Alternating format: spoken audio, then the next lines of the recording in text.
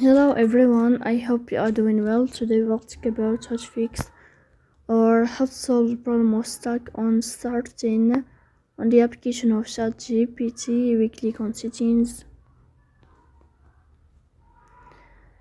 In this page, we click on apps, default apps, app settings.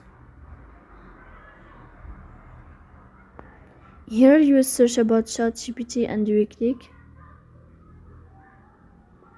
Then we click on first stop and we click OK. Here you will enter to the window of storage. Then we click on clear cache. Then you will turn on your airplane mode and you will wait a moment to turn off your airplane mode again to fix that problem. So that's all. Don't forget to like and subscribe.